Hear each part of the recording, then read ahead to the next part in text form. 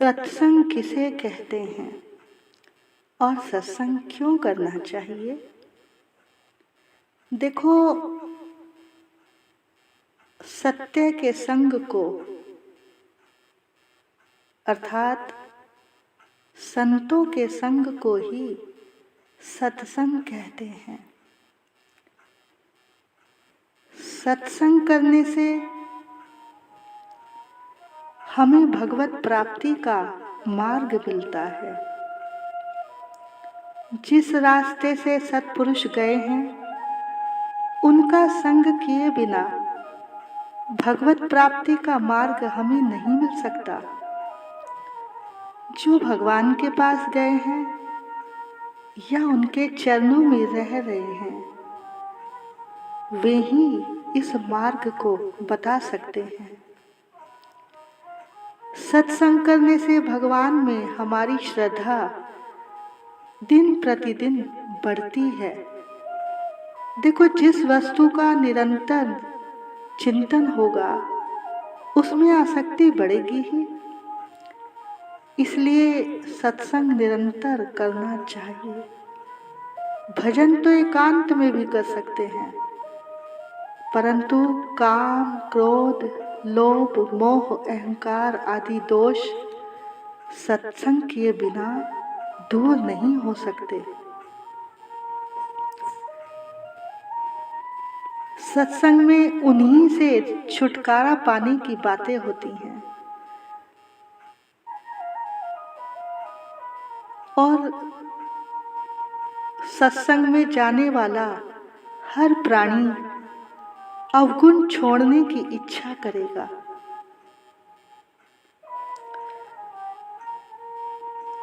सत्संगी प्राणी पाप करने से छूट जाता है, क्योंकि सत्संग में एक बिजली है। उस वायुमंडल में बैठ जाने मात्र से ही अंतःकरण पवित्र हो जाता है, क्योंकि वहां का वायुमंडल ही पवित्र है। जो सत्संग की निंदा करने वाला भी होता है ना, अगर वो भी वहां पर कुछ देर के लिए बैठ जाए तो वो भी पवित्र हो जाता है। सत्संग की महिमा का वर्णन कोई कर ही नहीं सकता।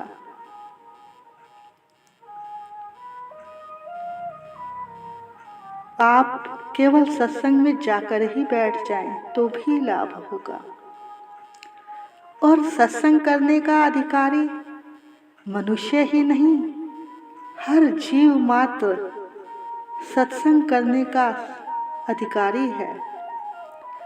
सत्संग में जाने से चूहे, बिल्ली, कुत्ते और तोते आदि भी पवित्र हो जाते हैं। तब मनुष्य की तो बात ही क्या है। मगर संतों का संग, सत्संग भगवान की कृपा से ही मिलता है। इसलिए जब भी प्रार्थना करो भगवान से, तो एक ही प्रार्थना करो कि प्रभु, आप चाहे मिलो या ना मिलो, लेकिन अपने संतों व भक्तों का संग ही देना और कुसंग से दूर रखना।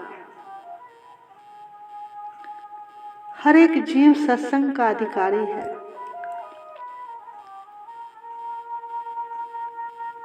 तो भैया, हमें हरि भक्तों का ही संग करना चाहिए, क्योंकि सत्संग में जाने से मनुष्य को अपने छोटे से छोटे दोष भी दिखाई देने लगते हैं और हमें उन दोषों को त्यागने की मन ही मन प्रतिज्ञा भी करनी चाहिए। और सत्संग से ही, संत कृपा से ही दोषों से छुटकारा पाया जा सकता है। देखो, संसार में सबसे कठिन काम सेवा है। मनुष्य भजन तो कर सकता है, किंतु किसी की सेवा करना बड़ा कठिन है। सेवा भी वही कर सकता है जिस पर भगवान की अत्यंत अत्यंत कृपा हो। देखो, यदि कोई सेवा का भाव न रखकर एक दूसरे के प्रति ईर्ष्या और क्रोध से तप कर रहा है, तो उसका भजन भैया किस काम का है। क्रोध और लोभ तो सारे भजन को नष्ट कर देते हैं। एक संत ने कहा है, कामी क्रोधी लालची इनसे भक्ति न होए, भक्ति करे कोई सूरमा जाति वर्ण कुल खोए। देखो, भजन का एक ही अर्थ होता है शांति, और शांति यही है कि तुमसे कोई 10 बात भी कह जाए, फिर भी तुम हंसते रहो, मुस्कुराते रहो, वही सत्संगी है। जो दूसरों से झगड़ा करता है वह कुसंगी है, और जो सबकी सह लेता है वह सत्संगी है। अपमान और निंदा सहन करने से तप बढ़ता है। एक दिन हरि बाबा जी से एक आदमी ने मुसलमानों की बहुत निंदा की। तब उन्होंने पूछा कि तुम मुसलमानों की निंदा तो करते हो, किंतु उनमें गुण कितने हैं ये नहीं देखते। वे 500 मिलकर नमाज पढ़ते हैं, तुम कितने लोग मिलकर भजन करते हो। सच में हमें दूसरों के गुण ही देखने चाहिए। हमारे यहाँ कोई कितना भी बड़ा संत आ जाए तो उसी की थोड़ी देर बाद बुराई सुन लो। तो भैया, हमें अवगुण नहीं गुण देखने हैं। तो ये सब बातें हमारे भीतर कहाँ से आती हैं? सत्संग से, कथा सुनने से, सत्संग सुनने से। देखो, बिना सत्संग के अगर हम भजन करेंगे तो अहंकार आ जाएगा। जिस तरह से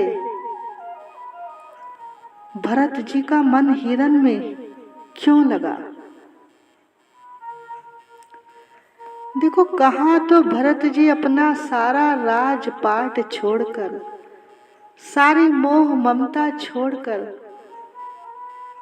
नेपाल में गंडकी नदी के तट पर तपस्या करने के लिए निकल पड़े,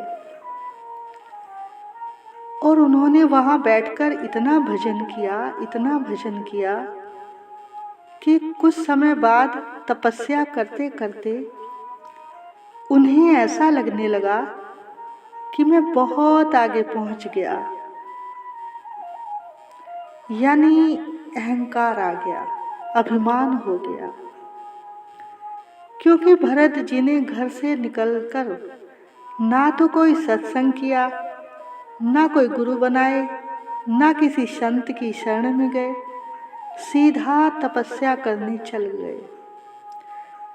जैसे ध्रुव जी जब भगवान को पाने के लिए निकले थे तो ठोकर खाकर निकले थे। देखो, ये ठोकरें ही हमें भगवान के नजदीक पहुंचाती हैं।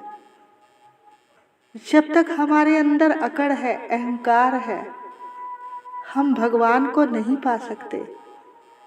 तो भरत जी ने ना तो कोई दुख देखा, ना ठोकर खाई, और सीधा ही निकल पड़े जंगल में।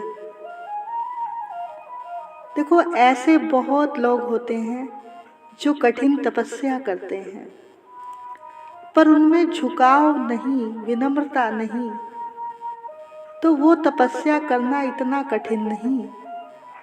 वो तो हम जिद पर भी कर सकते हैं कि मैं 4-5 दिन भोजन नहीं करूंगा, तो क्या उसे तपस्वी कहेंगे? तपस्या करना इतना कठिन नहीं। किसी महानुभाव, किसी गुरु की दास भाव से सेवा करना जितना कठिन है, सर काटना आसान है, झुकाना मुश्किल है। रावण कितना बड़ा तपस्वी था, लेकिन वह सिर नहीं झुका सकता था। इसलिए जब हम किसी संत या किसी गुरु की शरण में जाएं, तो वही हमें बताएगा कि हम सही हैं या गलत हैं, हम सही चल रहे हैं या गलत चल रहे हैं। देखो, सबसे पहले हमें खुद को सुधारना है, यही असली तपस्या है। जब हम सुधर गए तो जग सुधर गया।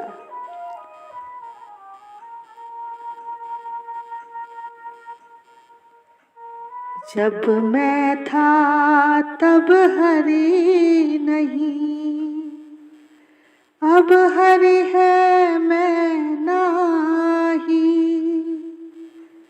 सब अंधियारा मिट गया, जब दीपक देखे अमाही। देखो, ये मैं ही है हमारे और प्रभु के बीच का एक कांटा। जब ये मैं हट गई तो हम सुधर गए। तो भगवान के मिलने में देरी नहीं है। जब तक तुम सत्संग नहीं करोगे, किसी संत की शरण में नहीं जाओगे, तुम वहां तक पहुंच ना पाओगे। जिस दिन तुम्हें ये बीमारी लगेगी कि तुम पहुंच गए, मानो तुमने तपस्या कर करके सिद्धि प्राप्त भी कर ली, जो तुम कहते हो वो होने भी लग गया, तो तुम यहीं तक ही रह जाओगे, परमात्मा से बहुत दूर हो जाओगे। क्योंकि जो काम उसका है वो तुम अपने आप को भगवान समझकर करने लगे। अगर ऐसा है तो तुम्हारा पतन निश्चित है। संत कभी भी ऐसा नहीं करेगा। वो श्राप और वरदान के चक्कर में ही नहीं पड़ता, क्योंकि इससे तो हमारी भजन की सारी कमाई खत्म हो जाएगी। और भैया, ये कमाई करने में बहुत लंबा समय लगता है। अभी तो पहुंचना बाकी है। सोचा था हरिद्वार जाना है और उतर गए रुड़की, यानी मंजिल से पहले उतर गए, तो हम कहीं के नहीं रहेंगे। कबीरदास जी कहते हैं, पहुंचा हुआ कभी नहीं कहेगा कि मैं पहुंच गया, क्योंकि उसे तो पता ही नहीं, वो तो आनंद में है। साधना करते समय जब कभी ऐसा लगे कि अभी हमारे मन में कोई बुरी वासना नहीं है, तब भी भजन करो। भैया, इस मन का कोई भरोसा नहीं, क्योंकि सूक्ष्म वासना नजर नहीं आती। त्यागी को अगर त्यागी कहलाने की अभी इच्छा है, तपस्वी को तपस्वी कहलाने की इच्छा है, महान को महान कहलाने की इच्छा है, तो तुम्हारा एक जन्म लाखों जन्मों का कारण बन सकता है। जितना भजन हो करते रहो, करते रहो। देखो, ये जो भजन दिया है ना, इस भजन को करने से क्या होगा, जितनी सूक्ष्म बीमारियां हमारे भीतर हैं, जो बड़े बड़े महान लोगों से भी नहीं छूटती, वो भजन से अपने आप खत्म हो जाएंगी।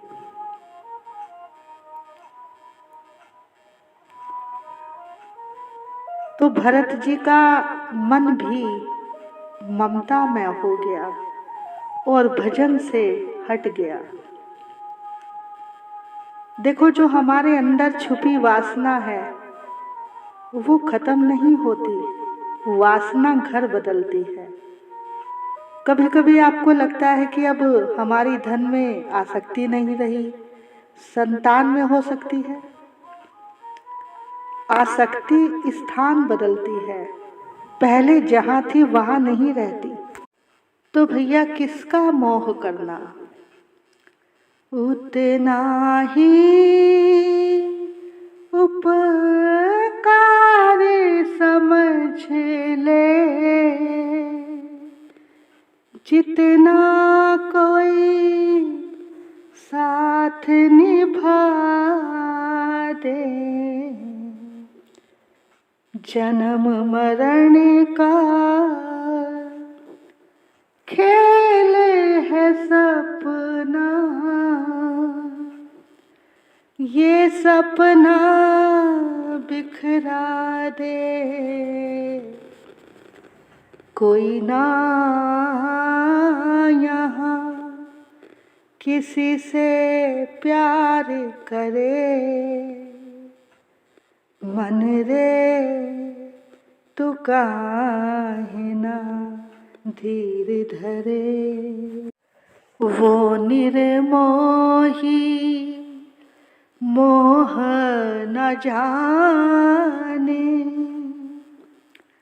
तू जिनका मोह करे, मन रे तू काहे न धीर धरे। ये संसार है झूठा सपना, इस दुनिया में कोई ना अपना, ये सपना बिखरा दे। कोई ना यहाँ किसी के संग मरे, मन रे तू काहे न धीर धरे। वो निर्मोही मोह न जाने, तू जिनका मोह करे, मन रे तू काहे न धीर धरे।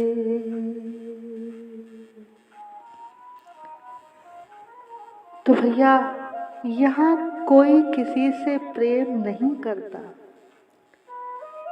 सच्चा प्रेम तो केवल परमात्मा का ही प्रेम है। हमें प्यार करना है तो उसी से करो। तो अब हिरण को तो भरत जी अच्छे नहीं लगते थे, लेकिन भरत जी को हिरण से बहुत प्यार हो गया। उसके बिना चैन नहीं, उसके बिना वो भोजन नहीं करते, उसके बिना वो सोते नहीं, उसके बिना वो खाते पीते नहीं। इस मोह, इस आसक्ति की वजह से भरत जी को अंत में भगवान का दर्शन नहीं हुआ। क्योंकि भैया ईश्वर का मिलन जो पहले होता है वो वैचारिक होता है। पहले हमारे विचारों से हम परमात्मा का स्पर्श करते हैं, उसके बाद हाथों से स्पर्श होगा, लेकिन पहली पकड़ वैचारिक है। वैसे तो हम मुंह से भजन करें, नाम जाप करें, लेकिन अपने विचारों में संसार को लाए, तो भगवान का स्पर्श कहाँ से होगा? तो इसी तरह से भरत जी का ये जन्म उस हिरण की ममता में बेकार चला गया। ये जन्म कई जन्मों का कारण बन गया। भगवान से मिलने में और दूरी हो गई। कहते हैं कि ये हिरण को अंत समय में याद करते करते मरे, तो इन्होंने भी हिरण का ही जन्म पाया। फिर उस हिरण के जन्म में इन्हें पूर्व संस्कारों की वजह से अपना पिछला जन्म याद आया कि ओह, मैंने अपना जीवन एक हिरण से प्यार करके खो दिया। कहते हैं इन्होंने खाना पीना छोड़ दिया और इनकी मृत्यु हो गई। तब इन्होंने तीसरा जन्म पाया। देखो, अच्छे भले भगवान को याद कर रहे थे। एक जन्म की गलती ने इन्हें 2 जन्म और लेने पड़े। 2 जन्मों की और दूरी हो गई उस परमात्मा से मिलने के लिए। अब इनका तीसरा जन्म एक ब्राह्मण के घर में हुआ। वहां ये जड़ भरत बने, जो अब इस जन्म में सावधान है। इन्हें इस जन्म में भी सब कुछ याद था अपना पिछला। देखो, जड़ 2 प्रकार के होते हैं। जो ईश्वर को नहीं जानता वो भी जड़ है, जो ईश्वर को बिल्कुल जानता है वो भी जड़ है। ना सुख है ना दुख है, मस्ती ही मस्ती। क्योंकि जो भगवान को जानता है फिर उसमें शून्यता आ जाती है। इनके माता पिता ने कहा पढ़ो, तब इन्हें याद आया कि अगर मैं इस जन्म में भी पढ़ाई के चक्कर में पड़ गया तो मैं संसार के चक्कर में पड़ जाऊंगा। मेरे पिता मुझे पंडिताई कराएंगे। तो इन्होंने क्या किया, पागलों जैसा व्यवहार करना शुरू कर दिया। तब इन्हें घर से बाहर निकाल दिया गया। देखो, जब संसार तुम्हें फूल माला हार चढ़ावे ना, तो सावधान हो जाना भैया। समझ लो ये संसार अब बलि चढ़ाने वाला है। इसके बाद ये जब रास्ते में जा रहे थे तो उधर सिंधु देश के राजा रहुगण ज्ञान प्राप्ति के लिए पालकी पर बैठकर जा रहे थे। लेकिन चला तो वो सत्य को जानने के लिए राजा रहुगण, लेकिन बैठा है पालकी में। अभी राजा को ये अहंकार है कि मैं राजा हूं। देखो, जो हारने के बाद भी कहे मैं हारा नहीं, हराया गया हूं, जो गिरने के बाद भी नहीं गिरा, उतरने के बाद भी नहीं उतरा, तो उसे इस अहंकार की पालकी से उतारना मुश्किल है। चला है ज्ञान प्राप्त करने और बैठा है पालकी पर। देखो, जब भी किसी संत या गुरु के पास जाओ तो नंगे पांव दौड़कर जाओ। अपने तख्त की ऊंचाइयों से उतरकर भागो, तभी उसकी ऊंचाइयों तक पहुंचोगे। अब राजा पालकी में बैठा है, कई कहार उठाए हैं उस पालकी को। अब एक कहार की और आवश्यकता पड़ी। अब जड़ भरत जी को कहार बनाया गया। जड़ भरत जी ने पालकी उठाई। ये उनकी साधुता है, ये जानते हुए कि मैं इसका गुरु बनने वाला हूँ, और आज उसकी पालकी को अपने कंधे पर ले जा रहे हैं। देखो, पहले गुरु ही अपने शिष्य का सारा बोझ अपने कंधों पर लेते हैं, बाद में चेलों पर अपना बोझ सौंपते हैं। जब भरत जी चलते हैं तो राजा कहता है, ठीक चलो, क्या चलना नहीं आता क्या? भरत जी नीचे देखकर चलते हैं कि कहीं उनके पांव के नीचे कोई चींटी ना आ जाए,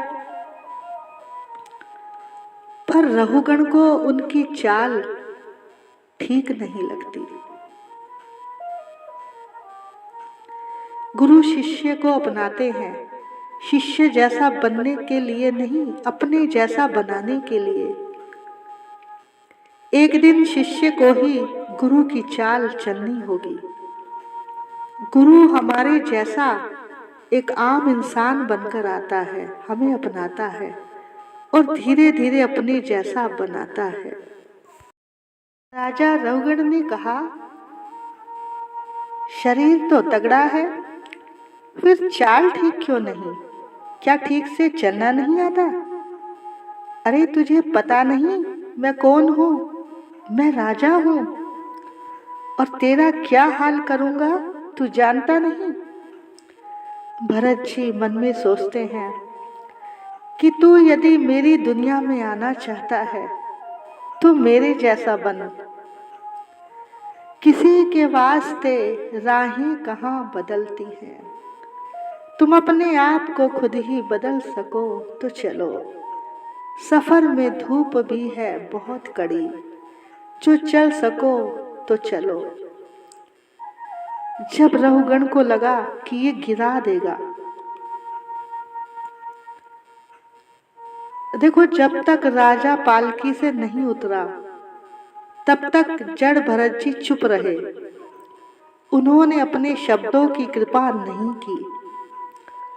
पहले गुरु शिष्य का अभिमान तोड़ते हैं, अहंकार तोड़ते हैं, फिर ज्ञान देते हैं। खिड़की खोल दो तो सूर्य का प्रकाश अपने आप अंदर आ जाएगा। वैसे ही जब अहंकार टूटता है तो ज्ञान का प्रकाश अपने आप ही अंदर आ जाता है। अब रघुगण को बड़ा क्रोध था कि मैं राजा हूं, बड़ा अभिमान था। अब भरत जी बोले, क्योंकि अब वो नीचे उतर गया।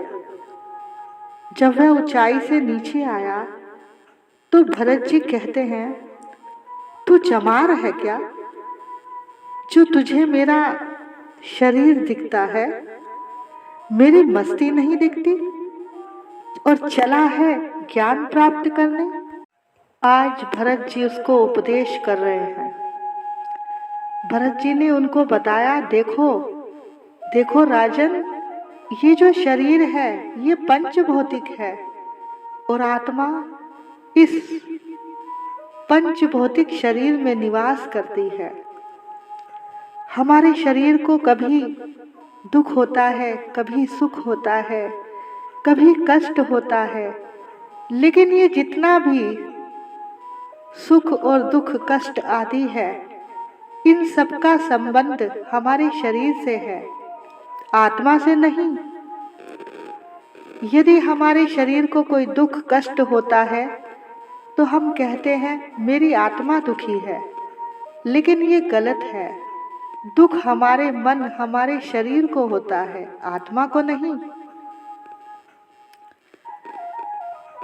संसार में 3 प्रकार के संबंध हैं।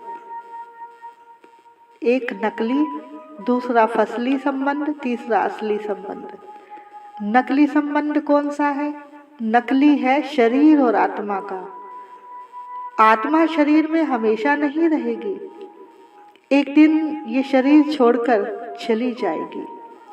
और दूसरा है फसली संबंध, वो है शरीर से शरीर का, जो हमें फंसाता है, जितने भी ये संसार में रिश्ते हैं सारे शरीर के ही तो हैं। पहले हमारे माता पिता शरीर थे, फिर हम उनके शरीर से हुए। आगे जो भी रिश्ता हमारे, जितने भी हम रिश्ते बनाते हैं, भाई बहन मित्र, ये सब शरीर के ही तो रिश्ते हैं। आत्मा से तो यानी हमसे किसी का कोई रिश्ता नहीं। अब असली रिश्ता, असली संबंध क्या है? असली संबंध जो है वो है आत्मा का परमात्मा से, जो हमेशा रहेगा, जो कभी नहीं साथ छोड़ेगा। ये है असली संबंध।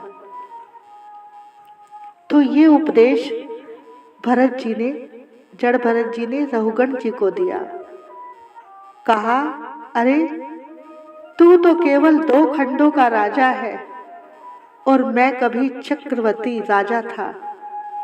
मैंने एक हिरण से मोह किया तो मेरी क्या दशा हुई। तू भी इस अभिमान को छोड़ और प्रभु का भजन कर। राजा उनके चरणों में गिर गया और कहने लगा, तू यो है मैं नाही वे सजना, तू यो है मैं हुण नाही वे सजना, तू यो है मैं नाही, तू यो है मैं नाही वे सजना, तू यो है मैं नाही। पिया पिया करते करते हम ही पिया होए वे, अब पिया किसनू कहिए, तू यो है मैं नाही वे सजना, तू यो है मैं नाही, तू यो है मैं नाही वे सजना, तू यो है हुण मैं नाही, तू यो है मैं हुण नाही वे सजना, तू यो है मैं नाही। पिया पिया करते करते हम ही पिया होए वे, पिया पिया करते करते हम ही पिया होए वे, हुण पिया किसनू कहिए, तू ही तू मैं नाही वे सजना, तू ही तू मैं नाही, तू ही तू मैं नाही वे सजना, तू ही तू मैं नाही, तू ही तू मैं नाही वे सजना, तू ही तू मैं नाही, तू ही तू मैं नाही वे सजना, तू ही तू मैं नाही, तू ही तू, तू ही तू